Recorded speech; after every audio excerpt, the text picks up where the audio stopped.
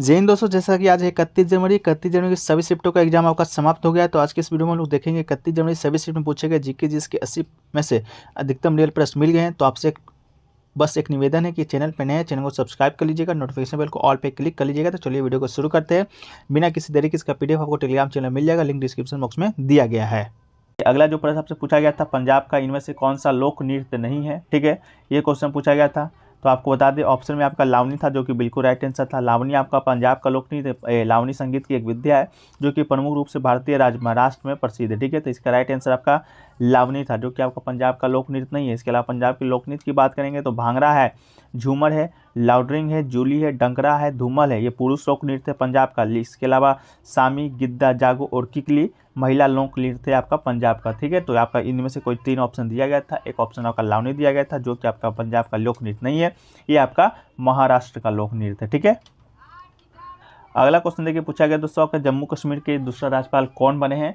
तो दोस्तों आपको बता दी, ये क्वेश्चन कल के पीडीएफ में ही शामिल कर दिया गया था। आप लोग जो भी जुड़े होंगे हमारे टेलीग्राम चैनल से तो जाकर वहाँ पर देख सकते हैं। जम्मू कश्मीर के राज्यपाल के बारे में कल ही हमने आपको पीडीएफ में शामिल कर दिया था। तो इसका राइट आंसर दूसरा राज्यपाल हो जाएगा दोस्तों आपका मनोज सिन्हा। जो आपको मालूम होगा जम्मू कश्मीर का दोस्तों आपका 370 था जो कि हटा दिया गया था।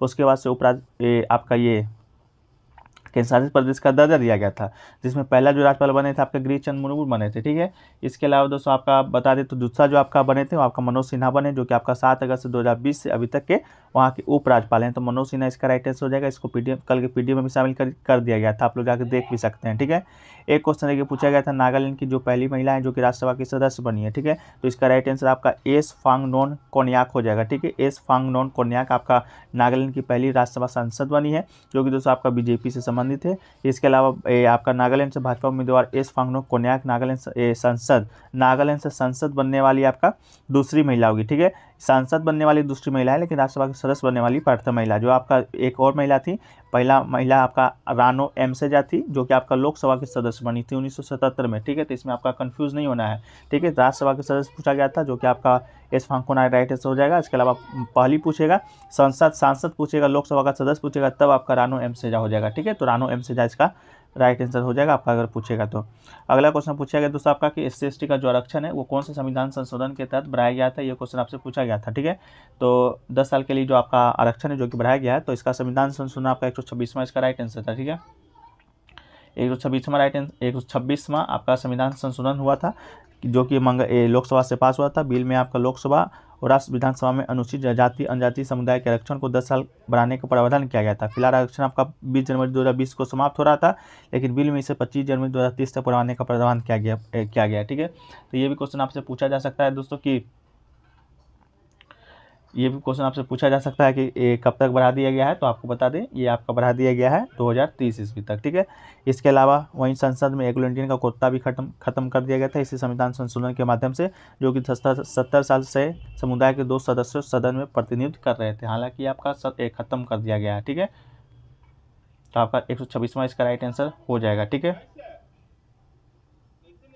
देखिए अगला क्वेश्चन पूछा गया दोस्तों हरित क्रांति से आपका 2 क्वेश्चन पूछा गया था। पहला तो पूछा गया था कि हरित क्रांति जो प्रथम वो आपका कब शुरू हुआ था। ठीक है, तो भारत में हरित क्रांति का जो शुरुआत है दोस्तों आपका 1965 से 68 ईस्वी में हुआ था। हालांकि आपका ऑप्शन में 65 ही दिया हुआ है मेरे ख्याल से, तो आपका 65 राइट आंसर हो जाएगा। लेकिन 65 से 68 के बीच में आपका हरित क्रांति जो कि शुरू हुआ था। ठीक है, इसके अलावा किसके लिए शुरू किया गया था, तो उच्च उपज देने वाली किस्म HYV बीज के लिए शुरू किया गया था। इसके अलावा भारत हरित क्रांति का जो दिमाग का उपज था आपका MS स्वामीनाथन जी का था, जो कि आपका राइट आंसर हो जाएगा अगर पूछेगा तो। भारत में हरित क्रांति नॉर्मन बोलोक के द्वारा शुरू की गई बड़ी वैश्विक हरित क्रांति का वैश्विक हिस्सा था। आपका पूरी दुनिया में हरित क्रांति के जनक थे आपका नॉर्मन बोलोक थे, जो कि आपका अमेरिका से संबंधित है। मोरक्को से हरित क्रांति का शुरुआत किए थे। भारत में हरित क्रांति का शुरुआत MS स्वामीनाथन ने किया था। हरित क्रांति के जनक भी आपका MS स्वामीनाथन को भी कहा जाता है। कल पूछा गया था MS स्वामीनाथन है जो कि मूल रूप से क्या थे, तो ये आपका वैज्ञानिक थे। ठीक है, ये आपसे पूछा गया था।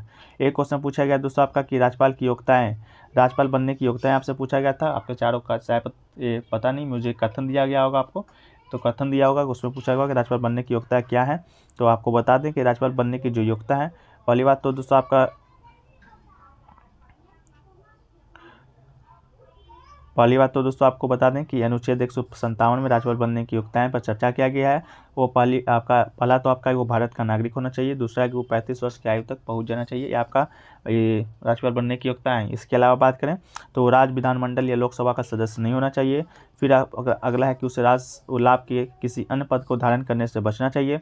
इसके अलावा पिछले कुछ वर्षों में इस संबंध में 2 और मानदंड सामने आए। पहला तो ये कि उन्हें पहले राज्य के लिए एक भारी व्यक्ति होना चाहिए और सक्रिय राजनीति में भाग नहीं लेना चाहिए। ठीक है, अगर आप बिहार के व्यक्ति हैं तो बिहार के राज्यपाल नहीं बन सकते हैं, बिहार के बाहर का होना चाहिए तब आप राज्यपाल बन सकते हैं। ठीक है, एक क्वेश्चन देखिए पूछा गया था कि हम लोग जो दैनिक जीवन में जो कचरा फैलाते हैं वो किस प्रकार का होता है, जैविक होता है, जैविक होता है, इस प्रकार का क्वेश्चन आया था।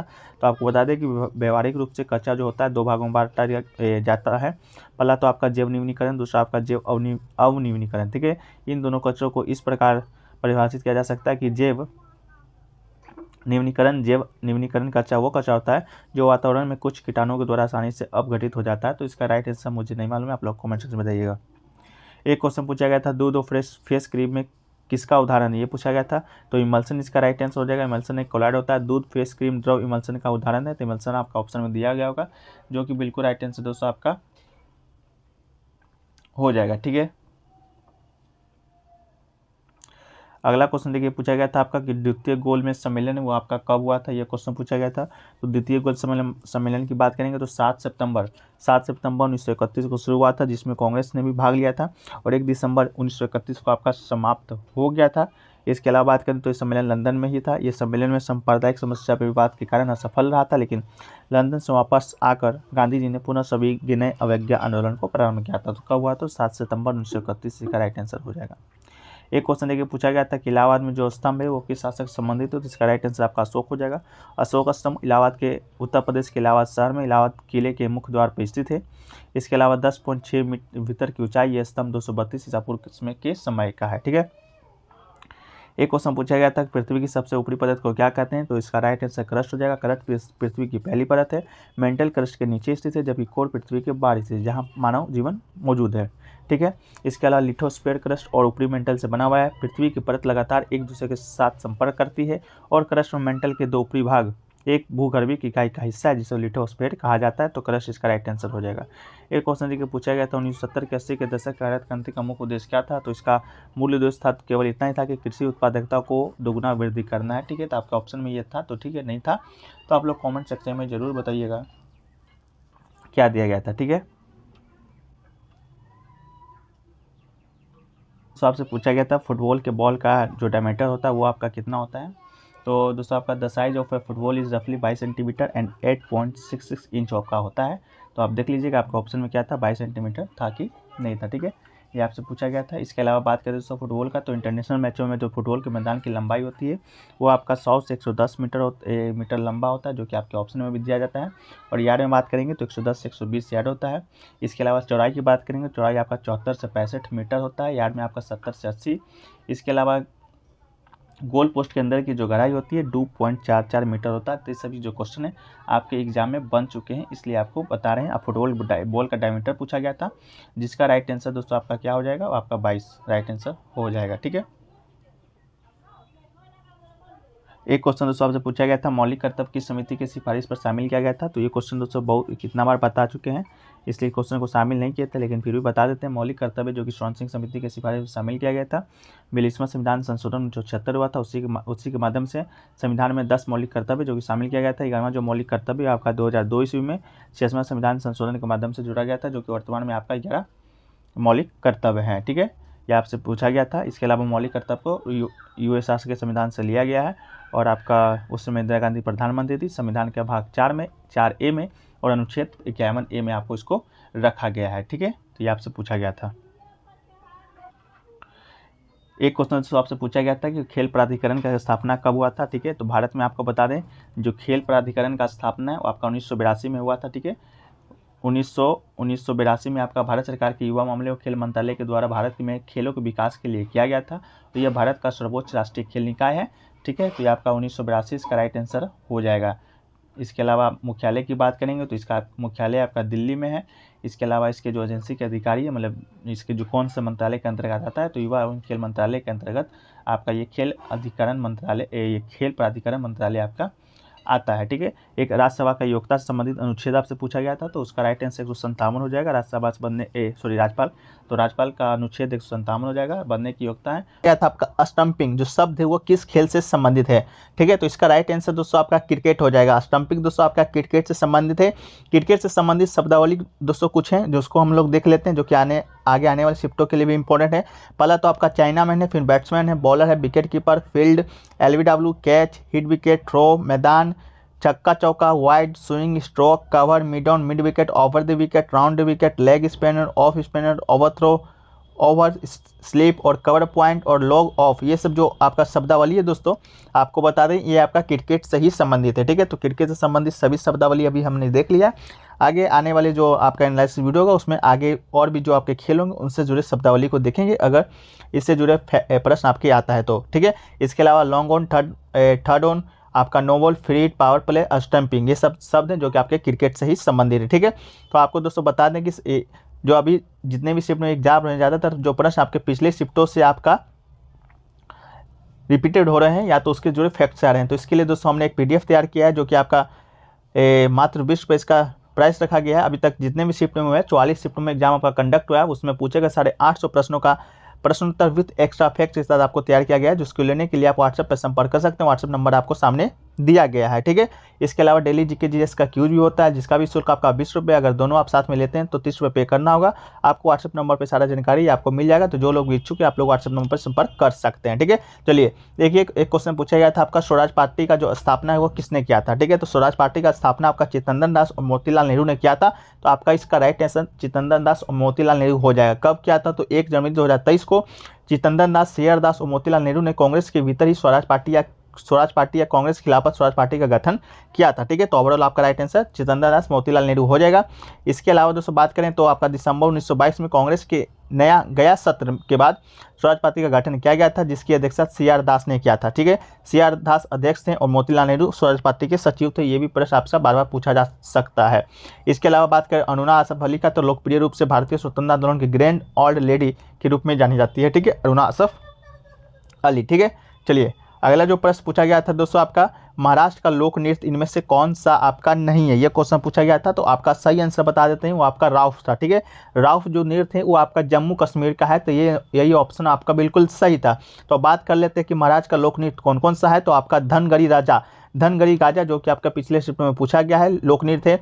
इसके अलावा लोक नृत्य है, इसके अलावा कोली जो नृत्य है, इसके बाद लावनी, इसके बाद पोपदास, इसके बाद तमाशा। आपके ऑप्शन में शायद तमाशा, लावनी और धनगढ़ी और राउफ दिया गया था, जिसमें से आपका राइट आंसर आपका राउफ हो जाएगा। इसके अलावा लावनी वाला आपका पूछा गया था फर्स्ट शिफ्ट में कौन सा आपका पूछा गया था, कौन सा आपका पंजाब का लोक नृत्य नहीं था, लावनी ऑप्शन में दिया गया था, जो कि आपका महाराष्ट्र का था। फर्स्ट शिफ्ट के वीडियो में हमने आपको बताया था। महाराष्ट्र की बात करें तो इसकी राजधानी आपका मुंबई है। मुख्यमंत्री की बात करें तो एकनाथ शिंदे जी हैं। राज्यपाल की बात करें तो आपका भगत सिंह कोश्यारी हैं और राजभाषा यहाँ की मराठी है। ठीक है, तो आपका राइट आंसर आपका हो जाएगा राउफ। एक क्वेश्चन देखिए पूछा गया था द्रौपदी मुर्मू राष्ट्रपति बनने से पहले किस राज्य के राज्यपाल थी? तो इसमें क्वेश्चन है, अधिकतर लोग आपका गलत करके रहे हैं, उड़ीसा मार दिए हैं। देखिए उड़ीसा, आपको बता दें कि द्रौपदी मुर्मू उड़ीसा की रहने वाली है, लेकिन राज्यपाल आपके राष्ट्रपति बनने से पहले आपकी झारखंड की थी। ठीक है, तो आपको बता दें कि भारत की 15वीं जो राष्ट्रपति है वर्तमान में आपके द्रौपदी मुर्मू जी हैं, जो कि आपके भारतीय जनता पार्टी की सदस्य भी हैं। इसके अलावा राष्ट्रपति की पद संभालने वाली उड़ीसा की द्वितीय व्यक्ति हैं। ठीक है, देश की सबसे कम उम्र की राष्ट्रपति आपके द्रौपदी मुर्मू जी हैं और मुर्मू भारत की आज़ादी के बाद पैदा होने वाली पहली राष्ट्रपति, तो ये भी पॉइंट्स आप याद रखिएगा। इसके अलावा राष्ट्रपति बनने से पहले ठीक है उन्होंने 2000 से 2004 के बीच उड़ीसा सरकार के मंत्रिमंडल में विभिन्न विभागों में सेवा दी थी, लेकिन आपसे पूछा गया था किस राज्य के राज्यपाल थी? 2015 से 2021 तक झारखंड के 9वें राज्यपाल के रूप में कार्यभार संभाला था। ठीक है, तो आपका झारखंड इसका राइट आंसर हो जाएगा। ठीक है, चलिए एक क्वेश्चन देखिए और पूछा गया था आपका 2000 जनगणना के अनुसार जनसंख्या में बिहार का स्थान पूछा गया था। ठीक है, तो बिहार के स्थान की बात करें 2011 के जनगणना के अनुसार तो आपका तीसरा था। ठीक है, तीसरा आपका राइट आंसर हो जाएगा। इसके अलावा पहला स्थान पे आपका जो प्रदेश है वो आपका उत्तर प्रदेश है और दूसरा पे आपका महाराष्ट्र है। ठीक है, तो पहला पे उत्तर प्रदेश जहाँ की जनसंख्या सबसे ज़्यादा है पूरे भारत में। इसके अलावा महाराष्ट्र का जनसंख्या ज़्यादा है, इसके बाद आपका बिहार का जनसंख्या ज़्यादा है। ठीक है, और क्षेत्रफल के अनुसार की बात करेंगे तो राजस्थान का जो क्षेत्रफल है वो आपका पूरे भारत में 2011 के जनगणना के अनुसार ज़्यादा है। और सबसे कम जो जनसंख्या है दोस्तों आपका किस राज्य का है? तो वो आपका गोवा का है। शायद गोवा का है या सिक्किम का शायद आपका सबसे कम जनसंख्या। एक बार आप लोग कंफर्म कर दीजिएगा। सिक्किम का जनसंख्या सबसे कम है, ठीक है। इसके बाद बिहार से बात करेंगे तो बिहार का जो जनसंख्या घनत्व है, जनसंख्या घनत्व की बात करेंगे तो बिहार का जनसंख्या घनत्व सबसे ज़्यादा है पूरे भारत में राज्यों में। केंद्र शासित प्रदेश प्लस राज्यों में पूछेगा तो आपका दिल्ली का जनसंख्या घनत्व ज़्यादा हो जाएगा। बिहार का जो जनसंख्या घनत्व है आपका 1106 व्यक्ति प्रति किलोमीटर है, मतलब कि 1 किलोमीटर की एरिया में 1106 लोग रहते हैं, ठीक है। और सबसे कम आपका अरुणाचल प्रदेश का है, जहां मात्र 17 व्यक्ति वर्ग किलोमीटर है, 1 किलोमीटर में 17 व्यक्ति ही रहते हैं, ठीक है। 2011 की जनगणना की बात करेंगे तो ये आपका 2 चरण में आयोजित हुआ था, जो कि पिछले शिफ्ट में पूछा गया है। देश का 15वां जनगणना था, आज़ादी के बाद 7वां जनगणना था, ठीक है। इसके अलावा 2011 की जनगणना अभी तक आखिरी जनगणना है। इसके बाद कोई भी जनगणना अभी तक नहीं हुआ है। 2021 में होना था, लेकिन कोविड महामारी के चलते अभी तक जनगणना को स्थगित किया गया है, ठीक है। चलिए वीडियो में आगे बढ़ते हैं। अगला क्वेश्चन पूछा गया था आपका समुद्रगुप्त है, जो कि कितने राजाओं को हराकर दक्षिण पतेश्वर की उपाधि को हासिल किया था। और क्वेश्चन आपका पूछा गया था कि दक्षिण में कितने राजाओं को हराया था। तो आपको बता दें कि समुद्रगुप्त ने दक्षिण भारत या दक्कन में अपने अभियानों के दौरान 12 राजाओं को हराया था। तो आपका 12 राइट आंसर हो जाएगा। ये दक्षिण में हराया था। और आपका उत्तर की बात करेंगे तो उत्तर में 9 राजाओं को हराया था। समुद्रगुप्त की बात करेंगे तो इसे भारत का नेपोलियन कहा जाता है। भारत का नेपोलियन कहा जाता है समुद्रगुप्त को। और ये गुप्त वंश का शासक था। इसके अलावा नेपोलियन कहने का अर्थ है जो सारे पूरे भारत उपमहाद्वीप को जीत लिया था अधिकतर में, इसलिए आपका भारत का उपमहाद्वीप का भारत का नेपोलियन कहा जाता है। इसको कहा किसने था? एडम स्मिथ इतिहासकार है, उन्होंने आपको समुद्रगुप्त को भारत का नेपोलियन है जो कि संज्ञा दी थी, ठीक है। चलिए एक क्वेश्चन देखिए जो पूछा गया था आपका मेक इन इंडिया की शुरुआत कब हुआ था, ठीक है। तो मेक इन इंडिया कार्यक्रम आप लोग जानते होंगे, निर्माण को बढ़ावा देने और संवर्धन के लिए माननीय प्रधानमंत्री श्री नरेंद्र मोदी ने के द्वारा शुरू किया गया था, जो कि आपका 25 सितंबर 2014 को मेक इन इंडिया कार्यक्रम की शुरुआत हुआ था, जिससे भारत को महत्वपूर्ण निवेश और निर्माण संरचना और अभिनव प्रयोगों को वैश्विक केंद्र के रूप में बदला जा सके, ठीक है। तो आपका इसका राइट आंसर 2014 हो जाएगा, जो कि 25 सितंबर 2014 इसका राइट आंसर था आपका, ठीक है।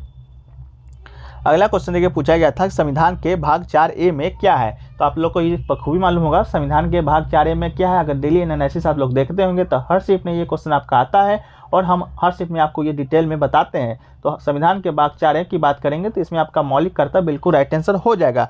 मौलिक कर्तव्य को संविधान के भाग 4A में कब जोड़ा गया था? तो 1976 के 42वां संविधान संशोधन हुआ था, उसी में भाग 4A कहिए भाग 4 का कहिए जोड़ा गया था मौलिक कर्तव्य, जो कि रूस से लिया गया था, ठीक है। सर्वप्रथम मौलिक कर्तव्य की बात करेंगे तो आह्वान इसका कौन किया था? सरदार स्वर्ण सिंह समिति के सिफारिश पर जोड़ा गया था। फर्स्ट शिफ्ट का क्वेश्चन है। इसके अलावा अनुच्छेद की बात करेंगे तो अनुच्छेद 51A में वर्णित है। जब आपका 42वां संविधान संशोधन 1976 के माध्यम से जोड़ा गया था तो उस समय मात्र 10 ही जोड़ा गया था, लेकिन एक जो मौलिक कर्तव्य वो आपका बाद में जोड़ा गया था, जो कि आपका 2002 ईस्वी में जोड़ा गया है। 6वां संविधान संशोधन के तहत, ठीक है। तो ये भी आप याद रखिएगा।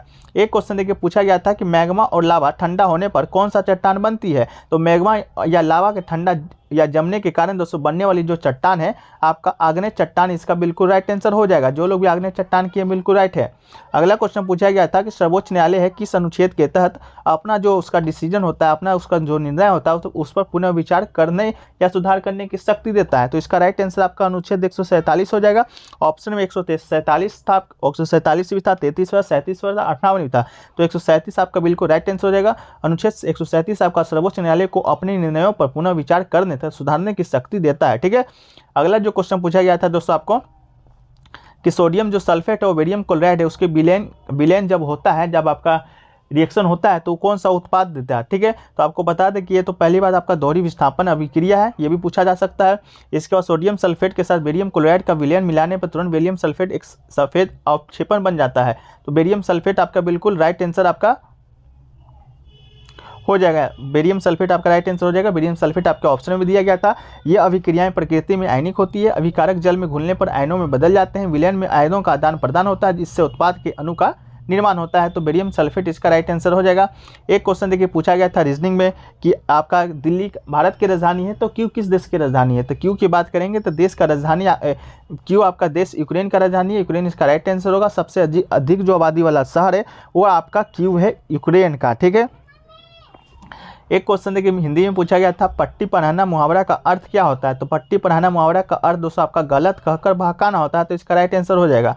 एक क्वेश्चन देखिए पूछा गया था पाप का विलोम शब्द क्या होगा। तो पाप का विलोम शब्द दोस्तों आपका पुण्य आपके ऑप्शन में दिया गया था। तो आपका पुण्य बिल्कुल राइट आंसर आपका हो जाएगा पाप का विलोम शब्द। एक क्वेश्चन पूछा गया था आपका कि दक्षिण ईश्वर में विश्वास रखने वाला व्यक्ति क्या कहलाता है। तो ईश्वर में विश्वास रखने वाला व्यक्ति को दोस्तों हम लोग आस्तिक कहते हैं और ईश्वर में विश्वास न रखने वाला व्यक्ति नास्तिक कहलाता है। ठीक है।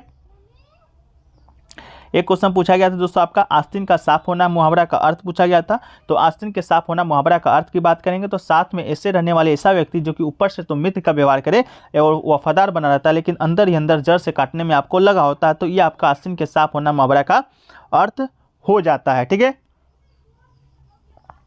कि 2011 की जनगणना के अनुसार सबसे ज़्यादा लिंगानुपात किस राज्य का है। तो कल दोस्तों पूछा गया था सबसे कम लिंगानुपात, लेकिन उस कल के पीडीएफ में हमने एक्स्ट्रा फैक्ट के तौर पर शामिल कर दिया था सबसे ज़्यादा भी किसका है। तो आपका केरल का है, ये भी आपका शामिल कर दिया गया था। ठीक है।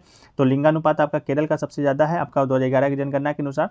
इसके अलावा बात करें लिंगानुपात का, तो लिंगानुपात का उपयोग प्रति 1000 पुरुष पर महिलाओं की संख्या का वर्णन करने के लिए किया जाता है। और 2011 की जनगणना के अनुसार आपका भारत की जनसंख्या अनुपात की बात करेंगे तो 1000 पुरुष पर 943 महिला है। ठीक है। तो ये भी प्रश्न आपसे कभी ना कभी पूछा जाएगा कि भारत का लिंगानुपात कितना है। तो 943 आपका बिल्कुल राइट आंसर वो होना चाहिए था।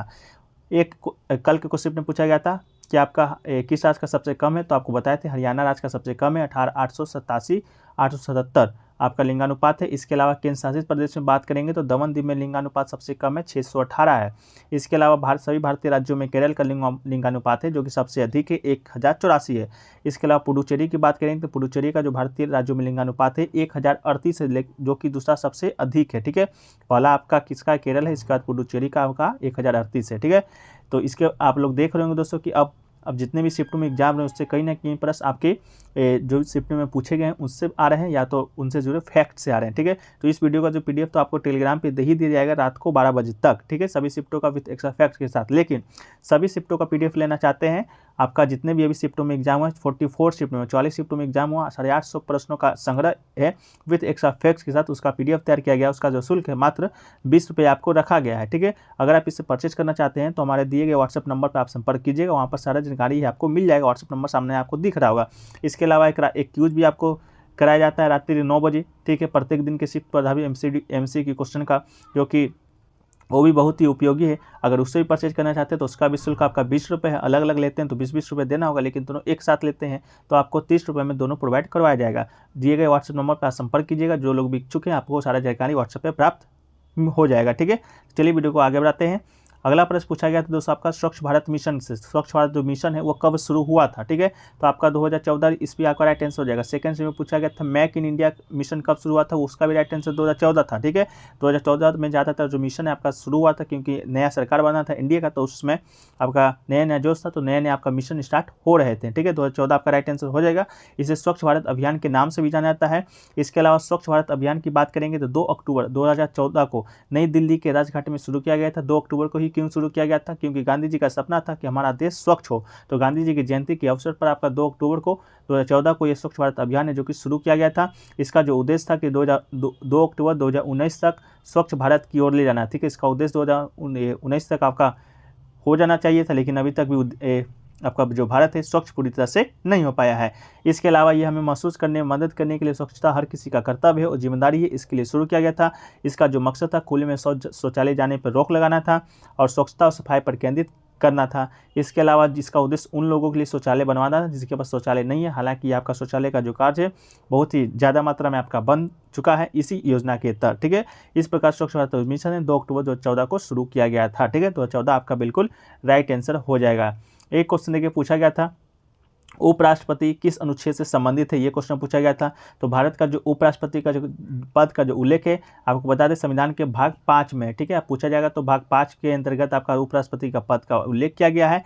अनुच्छेद आपसे पूछा गया था तो आपका भारतीय संविधान का अनुच्छेद 63 में आपका उपराष्ट्रपति पद का उल्लेख किया गया है। तो आपका राइट आंसर अनुच्छेद 63 हो जाएगा। आपको बता दें कि 2022 में आपका भारत के उपराष्ट्रपति और राष्ट्रपति दोनों का चुनाव हुआ था। तो उपराष्ट्रपति का जो चुनाव आपकी जीते थे जगदीप धनखड़ जी, जो कि पहले आपके तो पश्चिम बंगाल के राज्यपाल थे, लेकिन अब वर्तमान में आपके भारत की उपराज्यपाल हैं सॉरी उपराष्ट्रपति हैं वो भी आपका 14वें नंबर के हैं, ठीक है। और आपका इस शिफ्ट में आपका राष्ट्रपति भी पूछा गया है, तो राष्ट्रपति को क्वेश्चन को नीचे डिस्कस करेंगे। अभी आपका उपराष्ट्रपति आपका 14वें नंबर के हैं। इसके अलावा संविधान का अनुच्छेद 63 से 73 अनुच्छेद भारत के उपराष्ट्रपति की अर्हता है, निर्वाचन तथा पदच्युत से संबंधित आपका अनुच्छेद है। तो अनुच्छेद उपराष्ट्रपति से संबंधित अनुच्छेद आपका 63 से 73 तक है, ठीक है। इसको भी आपको याद रखने की जरूरत है, ठीक है। एक क्वेश्चन देखिए पूछा गया था किस नदी का जो उल्लेख है, किस नदी का जो उल्लेख है आपका संविधान में एक बार हुआ है, ये पूछा गया था। तो आपको बता दें कि सिंधु नदी का तो सबसे अधिक बार उल्लेख हुआ है संविधान में, और सरस्वती नदी ऋग्वेद का सबसे पवित्र नदी था। लेकिन आपका एक बार उल्लेख पूछा गया था, तो गंगा का जो उल्लेख है आपका एक बार हुआ है, तो आपका इसका राइट आंसर गंगा हो जाएगा। इसके अलावा यमुना का उल्लेख 3 बार और कृष्णा का उल्लेख 0 बार हुआ है, ठीक है। तो यमुना का उल्लेख कितना बार हुआ है? 3 बार हुआ है। कृष्णा का उल्लेख आपका 0 बार हुआ है। ऋग्वेद में सबसे जो प्रमुख नदी है आपका सरस्वती नदी थी। इसके अलावा ऋग्वेद में सरस्वती नदी पूर्व में यमुना और पश्चिम में सतलज नदी के बीच बताई गई है, ठीक है। तो गंगा का उल्लेख ही आपका एक बार हुआ है, तो आपका राइट आंसर एक बार हो जाएगा। ऋग्वेद की बात करें तो सबसे प्राचीन वेद आपका ऋग्वेद है। ऋग्वेद में 1028 सूक्त हैं जो कि आपके प्रश्न बन चुके हैं, ठीक है। इसके अलावा ऋग्वेद वैदिक संस्कृति सूक्तों का एक प्राचीन भारतीय संग्रह है, किसी भी इंडो यूरोपीय भाषा में सबसे पुराने मौजूदा ग्रंथों में से एक है, ठीक है। एक क्वेश्चन देखिए पूछा गया था दोस्तों आपका 73वां और 74वां संविधान संशोधन संबंधी किसके तहत कौन सा अनुसूची जोड़ा गया था। शायद यही प्रश्न आपसे पूछा गया होगा, किससे संबंधित है ये भी पूछा जा सकता है। तो आपको बता दें कि 73वां संविधान संशोधन के द्वारा संविधान में आपका 11वीं अनुसूची जोड़ा गया था। तो आपका 11 राइट आंसर हो गया। अगर अनुसूची पूछा होगा तो किससे संबंधित है? पंचायतों से संबंधित है, ठीक है। इसके अलावा इसके तहत पंचायतों के अंतर्गत 29 विषय की सूची को व्यवस्था किया गया था। भारत में संवैधानिक रूप से पंचायती राज व्यवस्थाओं की स्थापना 73वें और 74वें संविधान संशोधन ने पंचायतें एवं नगरपालिकाओं को निवासी स्थानीय सरकार के रूप में स्थापित करने का अनिवार्य कर दिया था, ठीक है। तो ये आपका 1993 ईस्वी में आपका हुआ था, ठीक है। तो इससे संबंधित क्या फैक्ट प्रश्न आपका आया था बताइएगा। अनुसूची आया था या किससे संबंधित है ये आया था, ठीक है। एक क्वेश्चन देखिए पूछा गया था दोस्तों आपका बिहार विधान उपचुनाव 2022 से कि बोचा जो विधानसभा है उससे कौन आपके एमएलए बने हैं यानी कि विधायक बने हैं। तो बोचा से आपके बता दें अमर कुमार पासवान जो कि राष्ट्रीय जनता दल के हैं और आपका विधायक बने हैं। तो बोचा क्षेत्र में, ठीक है। अमर कुमार पासवान जी ने बेबी कुमारी को भारी मतों से हराकर बोचा विधानसभा के विधायक बने थे। ऑप्शन में आपका तेज प्रताप तेजस्वी यादव इस प्रकार करके दिया गया था, तो अमर कुमार पासवान आपका राइट आंसर हो जाएगा, ठीक है। इसके अलावा दोस्तों आपका हमने पहले आपको ट्रिक भी बताया था। ट्रिक दोस्तों आपका देखिए बोस हमारा पास हो गया और यह बोस अमर रहे, ये दोस्तों आपका एक ट्रिक है। तो बोछा से दोस्तों आपका बोस से बोछा हो जाएगा और अमर पास से दोस्तों आपका पासवान हो जाएंगे, या अमर से आपका अमर कुमार पासवान हो जाएंगे, ठीक है। इसके अलावा दोस्तों तीन और जगह आपका बिहार में 2022 में उपचुनाव में, उसके अलावा गोपालगंज में, गोपालगंज से पूछा जा चुका है। इसका जो विजेता विधायक बने कुसुम देवी बने जो कि भारतीय जनता पार्टी से, इसका भी ट्रिक हमने आपको बताया था। गोपाल की कसम, ठीक है। गोपाल की कसम, गोपाल से गोपाल रखिएगा, कसम से कुसुम देवी रखिएगा, ठीक है। एक अगला जो आपका उपचुनाव हुआ था मोकामा क्षेत्र से, मोकामा से दोस्तों आपका नीलम देवी विजेता बनी थी, वो भी राष्ट्रीय जनता दल की थी। और ट्रिक हमने आपको बताया है मकाम की नीलामी, ठीक है। मकान की नीलामी या मोकामा की नीलामी, इस तरह करके याद रख सकते हैं, ठीक है। अगला क्वेश्चन दोस्तों आपका कुर्नी क्षेत्र से विधानसभा उपचुनाव हुआ है। तो कुर्नी क्षेत्र से दोस्तों आपका केदार प्रसाद गुप्ता जी बने थे विधायक, और इसके ये किनसे संबंधित है? तो भारतीय जनता पार्टी से। इसका जो ट्रिक है दोस्तों आपका कर से केदार यानी हानि होने पर केदारनाथ जी के प्रसाद करो, ठीक है। तो आप इस ट्रिक से भी इसको याद है जो कि आप रख सकते हैं, ठीक है। चलिए अगला क्वेश्चन देखिए पूछा गया था आपका द्रोणाचार्य पुरस्कार का शुरुआत है जो कि किस वर्ष हुआ था, ये आपसे पूछा गया था। तो द्रोणाचार्य पुरस्कार दोस्तों आपको बता दें द्रोणाचार्य पुरस्कार की जो स्थापना है आपका 1985 में किया गया था। यह पुरस्कार भारत सरकार के द्वारा खेल कोचिंगों के क्षेत्र में उत्कृष्टता के लिए दिया जाता है, यानी कि जितने भी कोच वगैरह रहते हैं उनको दिया जाता है। जिस प्रकार आपके भारत के वर्तमान में कोच आपके राहुल द्रविड़ हैं, तो उनको दिया जा सकता है द्रोणाचार्य पुरस्कार, ठीक है। इसके बाद बात करें इस पुरस्कार का इनामी राशि का, तो 3 लाख रुपए का नगद और द्रोणाचार्य की एक कांस्य प्रतिमा है और प्रशस्ति पत्र भेंट किया जाता है आपके इस पुरस्कार में। इसके अलावा ये पुरस्कार केवल ओलंपिक खेलों, पैरा ओलंपिक खेलों, एशियाई खेलों, राष्ट्रमंडल खेलों, विश्व चैंपियनशिप, विश्व कप के साथ साथ क्रिकेट, स्वदेशी खेलों और पैरा स्पोर्ट जैसे आयोजनों में शामिल व्यक्ति को भी दिया जाता है, ठीक है। तो आप इसको याद रखिएगा। इसके अलावा दोस्तों अगला क्वेश्चन देखिए पूछा गया था आपका पहली जो महिला आदिवासी है भारत की राष्ट्रपति बनी है। तो आपको बता दें जो द्रौपदी मुर्मू आपके बनी है, आपके सेकंड शिफ्ट का भी क्वेश्चन आपका राष्ट्रपति से संबंधित आया था, उसमें भी हमने आपको बताया था कि जो आपके द्रौपदी मुर्मू बनी है भारत की पहली आदिवासी महिला राष्ट्रपति बनी है, जिनका जो क्रम है आपका 15वां क्रम है। ठीक है, आपका 2022 में उपराष्ट्रपति राष्ट्रपति दोनों का चुनाव हुआ था, तो 15वें नंबर का राष्ट्रपति बनी थी और 14वें नंबर का आपके उपराष्ट्रपति बने हैं। इसके अलावा दोस्तों द्रौपदी मुर्मू की बात करें तो इनका जो आपका निवास क्षेत्र, इनका जो घर है आपका उड़ीसा में है, लेकिन दोस्तों इससे पहले आपकी कहाँ की राज्यपाल थी, तो इससे पहले दोस्तों आपका ये झारखंड की राज्यपाल थी, जो कि आपका थर्ड शिफ्ट का क्वेश्चन भी आया था। तो आपका 2015 से लेकर 2021 ईस्वी तक शायद आपका ये राज्यपाल रही थी आपका झारखंड के। ठीक है, कहाँ से संबंधित है, तो उड़ीसा से आप ये संबंधित है, 15वें नंबर की राष्ट्रपति बनी हैं। ठीक है, इसके अलावा द्रौपदी मुर्मू ने दोस्तों आपका जहाँ ये बैठती हैं राष्ट्रपति भवन में, वहाँ दोस्तों आपका एक मुगल गार्डन हुआ करता था पहले, जो कि अब उसका नाम बदल कर अमृत गार्डन कर दिया गया है। ठीक है, तो इसको भी दोस्तों आप याद रखिएगा आगामी किसी एग्जाम के लिए। एक क्वेश्चन देखिए पूछा गया था, फूल का पर्यायवाची शब्द आपसे पूछा गया था। तो फूल का पर्यायवाची शब्द की बात करें तो सारंग, कुसुम, सुमन, गल, उत्मांश, लतांत, मंजरी, मुहुप, पुहुप, गुलशन, विकासावस्था, डेफोडिल, प्रसून, ये दोस्तों आपका फूल का पर्यायवाची शब्द हो जाता है। इसके अलावा महावीर का भी पर्यायवाची शब्द आपसे पूछा गया था। तो केसरी, सिंह, शेर, व्याघ्र, पंचमुख, मृगेंद्र, केहरी, केसी, ललित, हरि, मृगपति, वनराज, शार्दुल, नह, सारंग और मृगराज, ये दोस्तों आपके महावीर का पर्यायवाची शब्द आपका होता है। ठीक है, इसके अलावा दोस्तों आपका एक क्वेश्चन पूछा गया था कि सेलुलोज है वो कहाँ पर पाया जाता है। क्वेश्चन में दोस्तों और भी कुछ नाम दिए गए थे, ये पूछा गया था कहाँ पर पाया जाता है, क्लोरोप्लास्ट में पाया जाता है, माइटोकॉन्ड्रिया में पाया जाता है, या लाइसोसोम में पाया जाता है। ठीक है, तो इसका पूरा क्वेश्चन भी मिल नहीं पाया है, इसलिए इसका आंसर भी दोस्तों बताना मेरे लिए मुश्किल है। तो आप लोग जरूर कॉमेंट सेक्शन में इसका पूरा आंसर बताइएगा, क्वेश्चन को बताइएगा।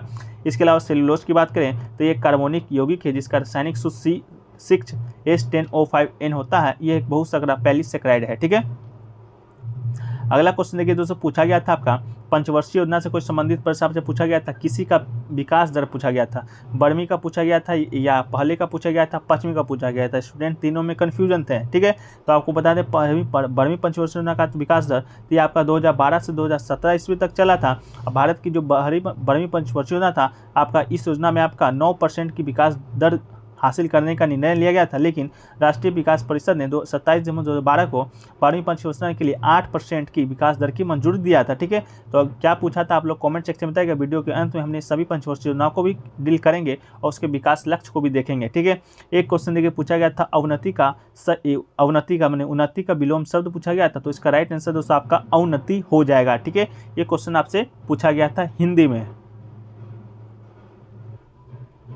एक क्वेश्चन देखिए दोस्तों और पूछा गया था आपका कि सेवराय का जो पहाड़िया है वो किस दिशा में है। ठीक है, ये आपसे पूछा गया था। तो ये दोस्तों आपका पूर्वी घाट का एक भाग है जो कि तमिलनाडु में स्थित है, लेकिन आपका ऑप्शन क्या आया था उसके अनुसार आप लोग बताइएगा। और ये क्वेश्चन आपसे जो है जो कि पूछा गया था। ठीक है, एक क्वेश्चन दोस्तों अपस्वर ध्वनि से भी पूछा गया था कि उसका रेंज है जो कि कितना होता है अपस्वर ध्वनि का, तो आपका 20 से 20,000 हर्ट्ज दोस्तों आपका इसका राइट आंसर हो जाएगा। 20 से 20,000 हर्ट्ज तक अपस्वर ध्वनि का जो आपका कैपेसिटी होता है वो आपका होता है। ठीक है, इसके अलावा दोस्तों आपका पंचवर्षीय योजना को देख लेते हैं कि आपका विकास किसी का लक्ष्य आया था। तो देखिए शॉर्ट जल्दी में देख लेते हैं। देखिए पहला पंचवर्षीय योजना का आपका जो अवधि था आपका 1951 था, जिसका आपका मुख्य उद्देश्य था कृषि बिजली सिंचाई था। लक्ष्य का आपका 2.1 रखा गया था और वृद्धि दर आपका 3.6 हुआ था। दूसरी आपका 56 से 51 जिसका उद्योग पर आपका आधारित था। लक्ष्य का आपका 4.5 रखा गया था, वृद्धि दर आपका 4.2 हुआ था। तीसरी पंचवर्षीय योजना का आपका चला था 61 से 66 जो कि खाद्य उद्योग से आपका मुख्य उद्देश्य था और उसका जो लक्ष्य आपका 5.6 था और 2.8 इसका विकास लक्ष्य प्राप्त हुआ था। चौथी का 1969 से 74 चला था जो कि कृषि पर आधारित था। 5.4 इसका लक्ष्य था लेकिन 3.2 इसका विकास लक्ष्य हो सका था।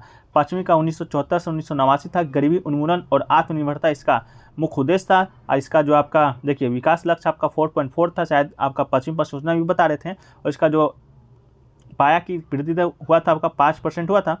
इसके अलावा छठे 1980 से 85 चला था, आपका विकास लक्ष्य 5.2 था। सातवीं का आपका विकास लक्ष्य 5 था। आठवीं का आपका विकास लक्ष्य आपका 5.6 था।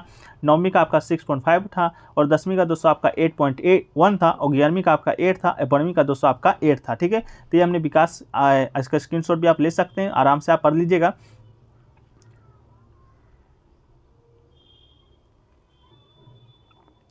एक दोस्तों आपका जो राष्ट्रीय खेल हुआ था आपका हाल ही में 36वां, उसका शुभंकर पूछा गया था दोस्तों कि वो किस जानवर पर आधारित था। तो आपको बता दें कि 36वां जो राष्ट्रीय खेल हुआ था उसका जो शुभंकर था दोस्तों आपका सावज था। ठीक है, और सावज दोस्तों आपको किसे कहा जाता है, तो ये आपको लायन को कहा जाता है। तो इसका राइट आंसर आपका लायन हो जाता है। ठीक है, ये आपका सावज आधारित था, 36वां राष्ट्रीय खेल हुआ था, उसका आपका शुभंकर था। तो आपका इसका राइट आंसर हो जाएगा। इसके अलावा 36वां राष्ट्रीय खेल की बात करेंगे दोस्तों, तो ये आपका कहाँ पर हुआ था, गुजरात के 7 स्टेडियमों में आपका खेला गया था। 2022 में गुजरात में खेला गया था। ठीक है, सावज इसका आपका शुभंकर था और लायन इसका राइट आंसर आपका हो जाएगा क्वेश्चन के अनुसार। ठीक है, ये आपका सावज है जो कि एशियाई शेर का प्रतिनिधि है, जो कि आज केवल भारत के जंगलों में ही जीवित है। ठीक है, तो आपका ये प्रश्न पूछा गया था। एक प्रश्न दोस्तों आपका राजकोषीय घाटा से भी आया था। प्रश्न क्या आया था, क्लियर स्टूडेंट नहीं पता, पूछा गया था दोस्तों कि भौगोलिक दृष्टि से भारत का सबसे छोटा राज्य कौन सा है। ठीक है, तो दोस्तों आपको बता दें ये सब प्रश्न जो कि रिपीटेड है। तो आपका भौगोलिक दृष्टि से भारत का सबसे छोटा राज्य की बात करेंगे तो आपका गोवा बिल्कुल राइट आंसर हो जाएगा। गोवा भारत का सबसे छोटा राज्य है भौगोलिक रूप से। इसके अलावा 1961 में आपको बताएं तो गोवा को पुर्तगालियों से स्वतंत्रता मिली थी। गोवा भारत का एकमात्र राज्य जिसके पास समान नागरिक संहिता है। समान नागरिक संहिता का अनुच्छेद आपको मालूम होगा 44। इसके अलावा 30 मई 1987 को गोवा एक पूर्ण विकसित राज्य बन गया था। गोवा का उच्च न्यायालय की बात करेंगे तो इसका आपका ना उच्च न्यायालय नहीं है, इसका उच्च न्यायालय आपका मुंबई में स्थित है। ठीक है, तो भौगोलिक दृष्टि से आपका सबसे छोटा राज्य आपका गोवा है। इसके अलावा भौगोलिक दृष्टि से सबसे बड़ा राज्य की बात करेंगे तो राजस्थान है। क्षेत्रफल की दृष्टि से सबसे छोटा राज्य आपका सिक्किम है। और क्षेत्रफल की दृष्टि से सबसे बड़ा राज्य की बात करेंगे तो आपका उत्तर प्रदेश है। ठीक है, तो ये सभी क्वेश्चन दोस्तों आपका बता दें, बहुत सारे प्रश्न जो कि रिपीटेड है। तो इसका जो PDF आपको टेलीग्राम पे तो मिल ही जाएगा फ्री ऑफ कॉस्ट। लेकिन अभी तक जितने भी शिफ्ट में पूछे गए प्रश्न आपका कुल अब तक 44 शिफ्टों में एग्जाम हुए हैं, उनमें पूछे गए दोस्तों आपका 780 प्रश्नों का उत्तर विथ एक्स्ट्रा फैक्ट्स का PDF तैयार किया गया है। ठीक है, मात्र 100 पेजों का। तो उसको लेने के लिए आपको व्हाट्सएप नंबर पर संपर्क करना होगा और व्हाट्सएप नंबर पर संपर्क करना होगा। इसका जो शुल्क है मात्र 20 रुपये ही रखा गया है। तो जो लोग भी इच्छुक है आप लोग PDF है जो कि बाय कर सकते हैं। बहुत सारे प्रश्न या तो रिपीट हो रहे हैं या तो उनसे जुड़े फैक्ट्स आ रहे हैं, तो 20 एक्स्ट्रा फैक्ट्स के साथ आपको PDF को बनाया गया है।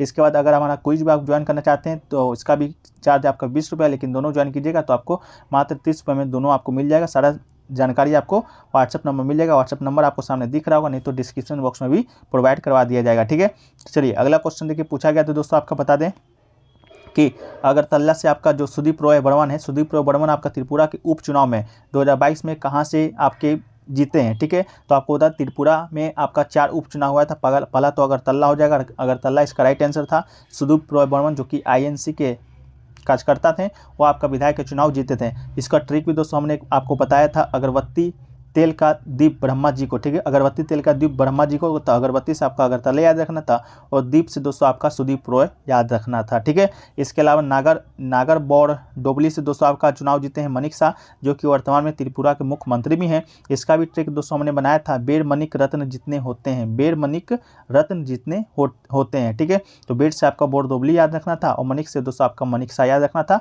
तो ये भी आपका त्रिपुरा में उपचुनाव हुए थे 2022 में। इसके अलावा एक जगह और हुआ था, सुरमा स्वप्ना दास पॉल जो कि बीजेपी से जीतते हैं। सुरमा से आपका स्वप्ना दास पॉल है जो कि बीजेपी के कार्यकर्ता थे। इसका ट्रिक दोस्तों हमने बताया था, सिर में अपने। ठीक है, तो सिर से आपको सुरमा याद रखना था, स्वप्ना दास सपने से स्वप्ना दास पॉल याद रखना था। इसके अलावा एक आपका जुबराजनगर से भी आपका चुनाव हुआ था, त्रिपुरा के ही मलिना देवनाथ इसके विधायक बने थे, जीते थे और बीजेपी के ये भी थे। इसका भी ट्रिक दोस्तों हमने आपको बताया था, जब राज था देवताओं का या अब राज MLA मलिना का। ठीक है, तो ये आपका ट्रिक था जिससे कि आप याद रख सकते हैं। ठीक है, इसके अलावा दोस्तों एक क्वेश्चन पूछा गया था, 4 को ऑप्शन दिया गया था और पूछा गया था दोस्तों कि इनमें से कौन से राज्य में आपका लेफ्टिनेंट गवर्नर नहीं है वर्तमान में। ठीक है, तो आपको बता दें कि आपका ऑप्शन में आपका अंडमान निकोबार द्वीप समूह भी दिया गया था, जहां के एडमिरल DK जोशी आपके लेफ्टिनेंट गवर्नर हैं। तो यहाँ के लेफ्टिनेंट गवर्नर कौन है, DK जोशी हैं। इसके अलावा दादर और नागर हवेली या दमन द्वीप का यूटी है, वहाँ का उपराज्यपाल आपके प्रफुल्ल पटेल हैं। ठीक है, वहाँ के भी हैं। और दिल्ली का भी दिया गया था ऑप्शन, तो दिल्ली का आपका श्री विनय कुमार सक्सेना है, वहाँ का भी आपका लेफ्टिनेंट गवर्नर है। इसके अलावा पुडुचेरी की बात करेंगे तो डॉक्टर तमिलसाई सुंदरराजन अतिरिक्त प्रभार मिला गया है लेफ्टिनेंट गवर्नर का। तो इसका राइट आंसर आपका पुडुचेरी हो जाएगा। वर्तमान में वहाँ का अपना प्रशासक नहीं है कि उपराज्यपाल नहीं है, वो आपका तमिलनाडु के जो राज्यपाल हैं तमिलाई सुंदरराजन, वही आपका अतिरिक्त प्रभार में है। तो आपका पुडुचेरी राइट आंसर हो जाएगा। उपराज्यपाल की बात करें तो उपराज्यपाल आपका केंद्र शासित प्रदेश में ही होता है और राज्यों में आपका राज्यपाल होता है। ठीक है, एक क्वेश्चन देखिए पूछा गया था यामिनी कृष्ण मूर्ति का संबंध है वो किस शास्त्रीय नृत्य से है। तो यामिनी कृष्णमूर्ति की बात करेंगे तो यामिनी भरतनाट्यम और कुचिपुड़ी नृत्य की एक भारतीय नर्तक है। तो आपका राइट आंसर हो जाएगा भरतनाट्यम और कुचिपुड़ी। यामिनी कृष्णमूर्ति को सन 2001 में भारत सरकार ने कला के क्षेत्र में पद्म भूषण से भी सम्मानित किया था। ठीक है, तो 2001 में आपका पद्म भूषण से सम्मानित किया गया था यामिनी कृष्णमूर्ति जी को। भरतनाट्यम और कुचिपुड़ी शायद आपका दो करके ऑप्शन दिया गया था, तो भरतनाट्यम और कुचिपुड़ी इसका राइट आंसर आपका हो जाएगा। ठीक है, एक क्वेश्चन देखिए पूछा गया था भारत में वर्तमान में हमारे पास कितने मौलिक अधिकार है संविधान में वर्णित है। तो संविधान में आपके वर्तमान में दोस्तों आपका 6 मौलिक अधिकार है, लेकिन जब संविधान बना तो आपका कुल आपका 7 मौलिक अधिकार था।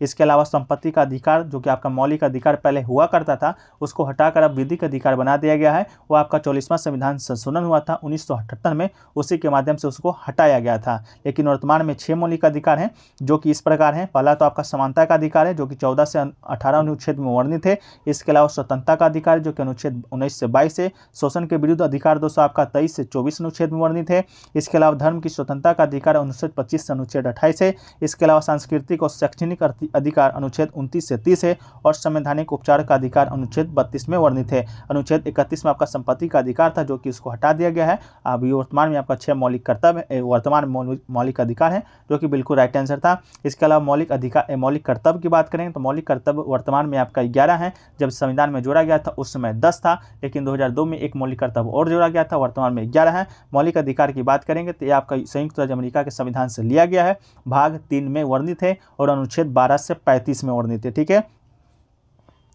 एक क्वेश्चन देखिए पूछा गया था कि मौर्य काल में प्रियदर्शनी किस शासक को कहा जाता था। तो मौर्य काल दोस्तों आपको मालूम होगा मौर्य साम्राज्य का जो संस्थापक था आपके चंद्रगुप्त मौर्य ने क्या था, नंद वंश के राजा थे, घनानंद को हराकर मौर्य वंश का स्थापना किया था। उसी का एक शासक हुआ था आपका अशोक, सम्राट अशोक जिसे कहा जाता है। अशोक को देवना प्रिय प्रियदर्शी के नाम से भी जाना जाता है, तो इसका राइट आंसर आपका अशोक हो जाएगा। देवना प्रिय देवताओं को प्रिय को संदर्भित करता है और प्रियदर्शी से तात्पर्य उस व्यक्ति से जो सभी का सम्मान करता है। अशोक की बात करें तो बिंदुसार का पुत्र था। बिंदुसार किसका पुत्र था, तो चंद्रगुप्त मौर्य का पुत्र था। अशोक की माता का नाम शुभदांगरी था और वो अपने पिता के शासनकाल के दौरान कहाँ का गवर्नर था, तो तक्षशिला और उज्जैन का गवर्नर था ये। और अशोक को ही देवनाप्रिय या प्रदेशी के नाम से जाना जाता है, तो आपका राइट आंसर हो जाएगा अशोक। एक क्वेश्चन देखिए पूछा गया था स्टार्टअप इंडिया का उद्घाटन कौन किया है मार्च 2021 में। तो आपको बता दें इसका राइट आंसर पीयूष गोयल हो जाएगा। कॉमर्स और इंडस्ट्री मिनिस्टर पीयूष गोयल ने सोमवार मतलब कि 10 जनवरी 2022 को पहले स्टार्टअप इंडिया इनोवेशन का उद्घाटन किया था। उन्होंने इनोवेशन इकोसिस्टम के स्टॉक होल्डर से देश को ग्लोबल इनोवेशन इंडेक्स के टॉप 25 देशों में लाने का कोशिश करने के लिए कहा था। और पीयूष गोयल ने कहा कि ग्लोबल इनोवेशन इंडेक्स 2014 के 96वें स्थान से 2021 में 96वें स्थान पर भारत को लाने के पीछे हमारा स्टार्टअप है जो कि प्रमुख कारण है। तो आपका राइट आंसर पीयूष गोयल हो जाएगा। एक क्वेश्चन देखिए पूछा गया था कि कनाडा में भारत का उच्चायुक्त है जो कि सितंबर 2021 में किसे नियुक्त किया गया है। तो इसका राइट आंसर आपका संजय कुमार वर्मा हो जाएगा। राजनयिक संजय कुमार वर्मा को कनाडा में भारत का अगला उच्चायुक्त नियुक्त किया गया है। आईपीएस अधिकारी संजय कुमार वर्मा ने हांगकांग, चीन, वियतनाम और तुर्की स्थित भारतीय मिशन में भी अपनी सेवाएं दी हैं। तो संजय कुमार वर्मा इसका राइट आंसर हो जाएगा। एक क्वेश्चन देखिए पूछा गया था विद्युत विभवांतर का एसआई मात्रक क्या होगा। तो विद्युत विभवांतर का एसआई मात्रक की बात करेंगे तो इसका राइट आंसर दोस्तों आपका वोल्ट हो जाएगा, जिसे कि वी से भी व्यक्त किया जाता है। एक क्वेश्चन देखिए पूछा गया था 2017 में भारत का शिशु जन्म दर कितना था। ये क्वेश्चन पूछा गया था 6, 7, 8 पर 16, 17, 18% इस प्रकार करके आपको दिया गया था। इसका आंसर दोस्तों मुझे नहीं मालूम है, अगर आप लोग को मालूम है जो लोग एग्जाम देकर आ रहे हैं तो जरूर बताइएगा। भारत में 2017 तक प्रति 1000 जनसंख्या पर जन्म दर की बात करें ओवरऑल तो आपका 20.0 था, 20.2 था, जबकि मृत्यु दर 6.3 दर्ज किया गया है। ये ओवरऑल आपका जन्म दर था, लेकिन आपका शिशु जन्म दर आपका शायद पूछा गया था। ठीक है, एक क्वेश्चन देखिए पूछा गया था हालरा उत्सव किस राज्य में मनाया जाता है। तो बात करें हालरा उत्सव का तो हिमाचल के लाहौल के पहाड़ों में हालरा नाम का उत्सव मनाया जा चुका है, शुरू हो चुका है। तो आपका हिमाचल राइट आंसर हो जाएगा। और इस उत्सव दोस्तों आपको बता दें जनवरी के तीसरे सप्ताह में मनाया जाता है और 9 वर्ष के उपलक्ष्य में लाहौल घाटी में हालरा उत्सव मनाया जाता है। अभी 2022-23 में आपका 13 से 23 जनवरी तक ये जो आपका उत्सव है जो कि आपका मनाया जाएगा। एक क्वेश्चन देखिए पूछा गया था कि भारत में जो प्रथम पंचवर्षीय योजना लागू किया गया था वो किस क्षेत्र से आपका संबंधित था, प्राथमिक क्षेत्र, द्वितीय क्षेत्र, तृतीय क्षेत्र, या इनमें से कोई नहीं, इस प्रकार करके ऑप्शन दिया गया था। तो आपको बता दें कि भारत का जो प्रथम पंचवर्षीय योजना था 1951 में शुरू हुआ था, 1956 तक चला था। ये बात करें किस मॉडल पर आधारित था, हैरोल्ड-डोमल मॉडल पर आधारित था। इस योजना ने देश के कृषि क्षेत्र को प्राथमिकता दिया था, तो कृषि क्षेत्र पर आधारित था। कृषि क्षेत्र आपका प्राथमिक क्षेत्र में आता है, तो इसका राइट आंसर प्राथमिक क्षेत्र हो जाएगा। और प्रथम पंचवर्षीय योजना का लक्ष्य वृद्धि दर आपका 2.1% वार्षिक सकल घरेलू उत्पाद यानी जीडीपी वृद्धि थी। ठीक है, इसके बाद बात करिए, देखिए कृषि, वानिकी, मछली पकड़ना, खनन सभी प्राथमिक क्षेत्र का हिस्सा है। ठीक है, तो आपका इसका राइट आंसर क्या हो जाएगा, प्राथमिक क्षेत्र हो जाएगा। ठीक है, ये आपसे पूछा गया था। इसके अलावा दोस्तों एक क्वेश्चन और पूछा गया था आपका कि ये राधा कृष्ण नृत्य किस शास्त्रीय नृत्य से संबंधित है। ये क्वेश्चन थोड़ा सा डाउटेबल है, क्योंकि एक स्टूडेंट बोल रहे थे राधा कृष्ण उत्सव पूछा गया था, एक बोल रहे थे राधा कृष्ण नृत्य किस शास्त्रीय नृत्य से संबंधित, तो आपका ऑप्शन भी बताएं, कुचिपुड़ी या भरतनाट्यम या ओडिसी, मणिपुरी, इस प्रकार का ऑप्शन भी बताए थे। तो जो लोग भी एग्जाम देकर आ रहे हैं, आप लोग से गुजारिश है कि इस क्वेश्चन को थोड़ा क्लियरफाई कर दीजिएगा। अच्छा लैंग्वेज जो आपको मालूम होगा उसको आप जरूर से जरूर बताइएगा। इसके अलावा बात करें तो आपका हिंदी में हाथी का पर्यायवाची शब्द आया था, और इसके अलावा कमल का पर्यायवाची शब्द शायद आपको देखने को मिला था। तो ये सभी क्वेश्चन दोस्तों आपके 4th शिफ्ट में आज के पूछे गए थे, जो कि 100% रियल एंड ऑथेंटिक प्रश्न आपको बताने का प्रयास किए हैं। और भी जो प्रश्न आपके मिलेंगे तो उसको पीडीएफ में हैं, जो कि हम शामिल कर देंगे। ठीक है, इसके अलावा दोस्तों इसका पीडीएफ आपको टेलीग्राम पे मिल जाएगा। लेकिन अगर आपको अभी तक जितने भी शिफ्ट में एग्जाम हुए हैं, अभी तक आज मिलाकर 48 शिफ्टों में आपका एग्जाम हो जाएंगे। और जब तक आपका एग्जाम चलेगा, जब तक आपको पीडीएफ है जो कि प्रोवाइड कराया जाएगा, आपको टेलीग्राम का लिंक भी प्रोवाइड कराया जाता है कि जब तक एग्जाम चले, जब तक आपको पेड पीडीएफ मिलते रहे। तो अभी तक 44 शिफ्टों में एग्जाम हो चुका है। 780 प्रश्नों का जो पीडीएफ है, 850 प्रश्नों का आपको इसमें शामिल किया गया है विथ एक्स्ट्रा फैक्ट के साथ। अगर आप लेना चाहते हैं तो मात्र 20 रुपये बहुत ही न्यूनतम शुल्क है जो कि रखा गया है। तो आप व्हाट्सएप पर संपर्क कर सकते हैं, व्हाट्सएप नंबर आपको सामने दिया गया है। इसके साथ ही साथ अगर क्यूज भी ज्वाइन करना चाहते हैं तो इसके लिए भी आपको 20 रुपये अतिरिक्त पे नहीं करना है, दोनों को आप पे करना है 30 रुपये, और दोनों आप ज्वाइन हो सकते हैं। ठीक है, तो जो भी आपको ज्वाइन करना है व्हाट्सएप नंबर पर संपर्क कर लीजिएगा, वहाँ पर सारा जानकारी है जो कि आपको दे दिया जाएगा। चलिए तो मिलते हैं दोस्तों नेक्स्ट शिफ्ट के वीडियो में। जब तक के लिए जय हिंद, जय भारत।